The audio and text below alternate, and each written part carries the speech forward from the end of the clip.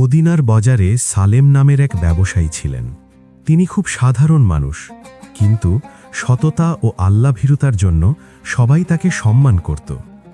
রমজান মাস চলছিল। একদিন বাজারে এক ধনী ব্যক্তি তার দোকান থেকে অনেক পণ্য কিনলেন। ভুল করে তিনি আসল দামের চেয়ে অনেক বেশি টাকা দিয়ে চলে গেলেন। সালেম টাকা গুনে বুঝতে পারলেন এটি তার প্রাপ্য নয়। তার পরিবার তখন দারিদ্র্যে কষ্ট পাচ্ছিল, ঘরে খাবারও খুব কম ছিল। তার মনে শয়তান কুমন্ত্রণা দিল, এই টাকা রেখে দাও, কেউ জানবে না। কিন্তু সঙ্গে সঙ্গে তিনি বললেন, রমজান আমাকে সততা শিখিয়েছে, আল্লাহ সব দেখছেন। তিনি সেই ধনী ব্যক্তিকে খুঁজে বের করে অতিরিক্ত টাকা ফিরিয়ে দিলেন।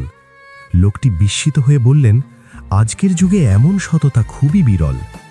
কয়েকদিন পর সেই ব্যক্তি আবার সালেমের দোকানে এলেন। তিনি সালেমের সততায় মুগ্ধ হয়ে তাকে বড় ব্যবসার সুযোগ দিলেন।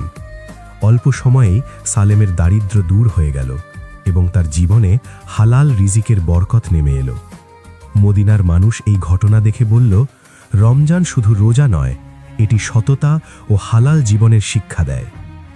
শিক্ষা: রমজান সততা ও আল্লাহ ভীতির শিক্ষা দেয়। হালাল রিজিকেই প্রকৃত বরকত রয়েছে। আল্লাহর জন্য কিছু ত্যাগ করলে আল্লাহ তার চেয়ে উত্তম প্রতিদান দেন। সততা মানুষকে সম্মান ও সফলতা এনে দেয়।